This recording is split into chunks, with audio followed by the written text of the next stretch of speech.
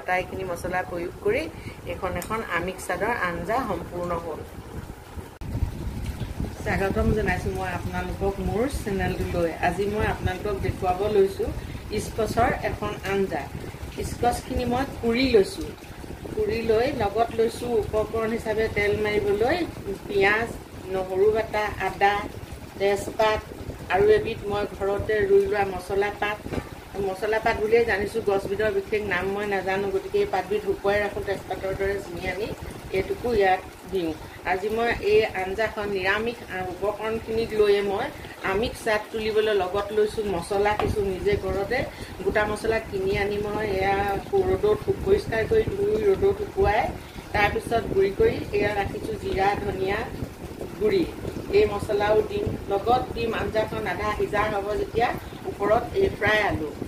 এইধৰণে জিৰা ফোৰণ দি আলুখিনি ফ্ৰাই কৰি লৈছোঁ আৰু নিশ্চয় এক সুন্দৰ স্বাদৰে আমাক উপভোগ কৰিবলৈ সক্ষম কৰাব আঞ্জাখনিয়ে আপোনালোককো লগতে।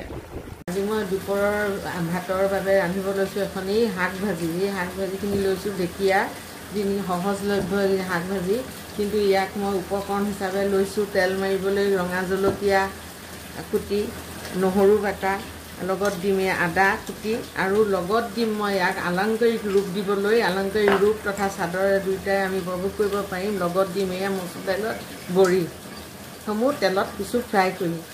আঞ্জাখন তৈয়াৰীৰ পিছত মই আপোনালোকক আকৌ তৈয়াৰী আঞ্জাখন দেখুৱাম। আপোনালোকক অলপ আগেয়ে তৈয়াৰ কৰিবলৈ লোৱা সামগ্ৰীসমূহ দেখাইছিলোঁ, ঢেকীয়াৰ ভাজি, দাইলৰ বড়ি দি, আৰু সেই ভাজিখন সুন্দৰভাৱে প্ৰস্তুত কৰি আনি এতিয়া আপোনালোকৰ আগত মই দেখাব লৈছোঁ। এই প্ৰস্তুতকৰণৰ পিছৰ পৰ্যায়টো এই ধৰণৰ হয়, বেছ উপভোগী হৈ উঠে আঞ্জাখিনি। আপোনালোকেও এই ধৰণে দাইলৰ বড়ি দি উপভোগ কৰিব পাৰে ঢেকীয়াৰ ভাজি।